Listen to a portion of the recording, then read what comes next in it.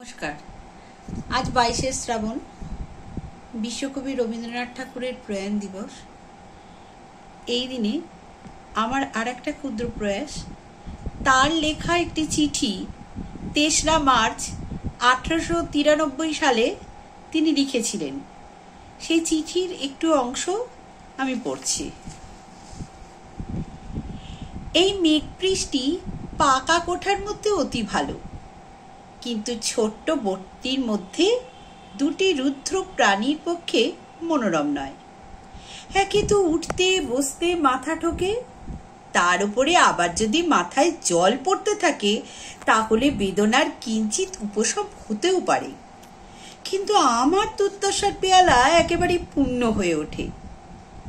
মনে করেছিলাম বৃষ্টি বাতলার একরকম ফুরলো, এখন স্নাত পৃথিবী সুন্দরী কিছুদিন রৌদ্রে পিঠ দিয়ে আপনার ভিজে এলো চুল শুকোবে, আপনার সিক্ত সবুজ শাড়িখানি রৌদ্রে গাছের ডালে টাঙিয়ে দেবে, মাঠের মধ্যে মেলে দেবে, বসন্তী আঁচলখানি শুকিয়ে ফুরফুরে হয়ে বাতাসে উঠতে থাকবে। কিন্তু রকমটা এখনো সেভাবে নয়, বাদলার পর বাদলা, আর এর বিরাম নেই। আমি তো দেখে শুনে এই ফাল্গুন মাসের শেষ ভাগে কটকের এক ব্যক্তির একখানি মেঘদূত ধার করে নিয়ে এসেছি। আমাদের পান্ডুয়ার কুঠির সম্মুখবর্তী অবারিত শস্যক্ষেত্রের উপর আকাশ যেদিন আর্দ্র স্নিগ্ধ সুনীল বর্ণ হয়ে উঠবে, সেদিন বারান্দায় বসে আবৃত্তি করা যাবে। দুর্ভাগ্যক্রমে আমার কিছুই মুখস্থ হয় না। কবিতা ঠিক উপযুক্ত সময় মুখস্থ আবৃত্তি করে যাওয়ার একটা পরম সুখ, সেটা আমার অদৃষ্টে নেই। যখন আবশ্যক হয় তখন বই হাতড়ে সন্ধান করে পড়তে গিয়ে আবশ্যক ফুরিয়ে যায়। মনে করো মনে ব্যথা লেগে ভারী কাঁদতে ইচ্ছে হচ্ছে, তখন যদি দারোয়ান পাঠিয়ে বাত কেটে বাড়ি থেকে শিশি করে চোখের জল আনতে হতো তাহলে কি মুশকিলই হতো।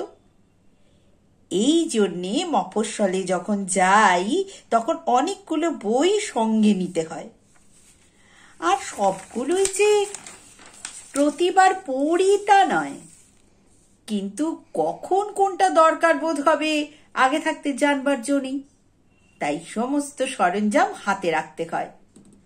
মানুষের মনের যদি নির্দিষ্ট ঋতুভেদ থাকতো তাহলে অনেক সুবিধা হতো। যেমন শীতের সময় কেবল শীতের কাপড় নিয়ে যাই এবং গরমের সময় বালাপোষ নেবার কোনো দরকার থাকে না, তেমনি যদি জানতুম মনে কখন শীত কখন বসন্ত আসবে তাহলে আগে থাকতে সেই রকমই গদ্য কিংবা পদ্যের জোগাড় করা যেতে পারত।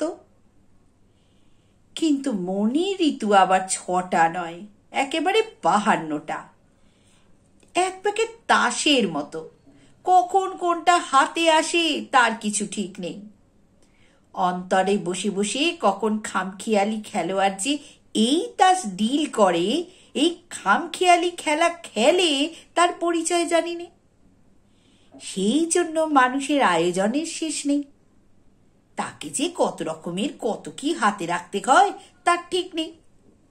সেই জন্য আমার সঙ্গে নেপালিজ বুদ্ধিস্টিক লিটারেচার থেকে আরম্ভ করে শেক্সপিয়ার পর্যন্ত কত রকমের যে বই আছে তার ঠিকানা নেই। এর মধ্যে অধিকাংশ বই ছোব না, কিন্তু কখন কি আবশ্যক হবে বলা যায় না। অন্যবার বরাবর আমার বৈষ্ণব কবি এবং সংস্কৃত বই আনি, এবার আনিনি। সেই জন্য ওই দুটোরই প্রয়োজন বেশি অনুভব হচ্ছে।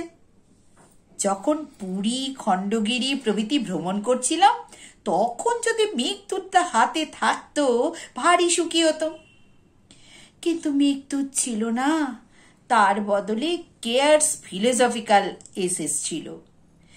একেই বলে হেরফের। নমস্কার।